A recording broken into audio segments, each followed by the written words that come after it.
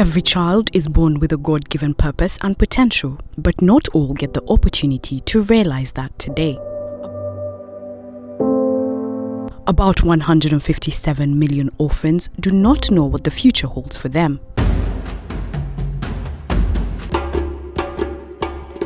In Uganda alone, there are over 2 million orphans whose hope and future can only be put in the hands of Good Samaritans.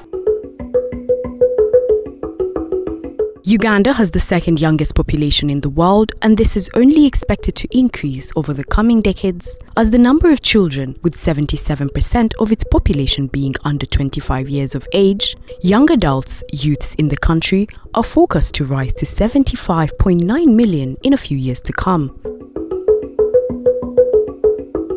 The country's population structure, which population development experts say is constructed like a pyramid, is said to be bottom-heavy, meaning a huge proportion of the population is comprised of children and other young dependents who end up being a burden to the few working adults. Children suffer the most in Uganda, affected by famine and starvation, than adults. According to the UNICEF report on child poverty, 55% of children in Uganda live in poverty and 24% live in extreme poverty. Many children in Uganda die before the age of 5 years simply because their families cannot afford a meal or basic medicine for health conditions.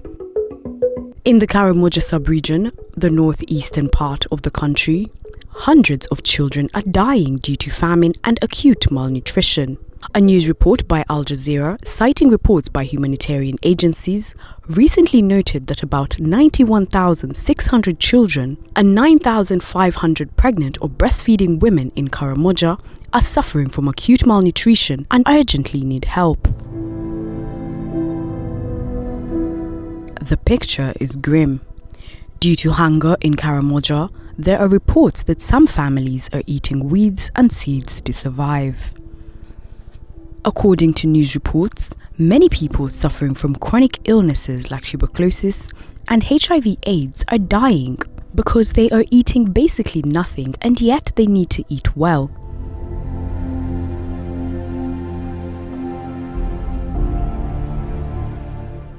Due to starvation and biting poverty, many children who survive end up being homeless and living in the worst conditions, with no education but rather surviving on begging. More than 15,000 children aged between 7 and 14 live in the Kampala streets, according to city authorities. Not just poverty, but also disease and poor feeding, as many go days without a meal. Every day, about 300 infants and 20 mothers die from preventable diseases in Uganda.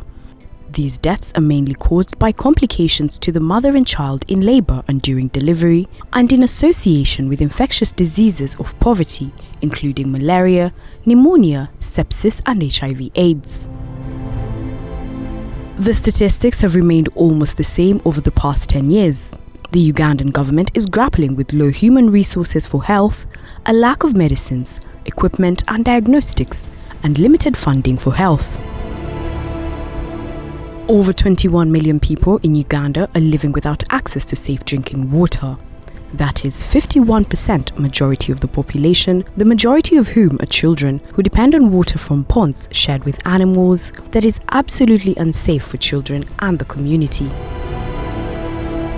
Unequal access to safe drinking water makes thousands of children very sick and at the risk of death. Uganda also faces a majority of challenges in providing quality and accessible basic education to children and young people. Even those who get a chance to go to school, many go hungry, without books, torn uniforms, on barefoot, walking long distances, yet studying under mango trees or bent structures. Today, only 4 out of 10 young children aged 3 to 5 years attend early childhood education. Similarly, only 1 in 4 pupils attend secondary school. According to UNICEF, child marriage, teen pregnancy, abuse, and lack of school fees keeps many teens, especially girls, out of school. As a result, a number of them are trafficked and forced to be used as sex workers, while some end up being used in trading narcotics and many die in the process. Save Street Children Uganda, a non-profit organization, has been working to rescue and provide shelter for the homeless and abandoned children, but their efforts are limited, coupled with a need for long-lasting solutions. Who will be the hope for these young children in Uganda and many of those around the world?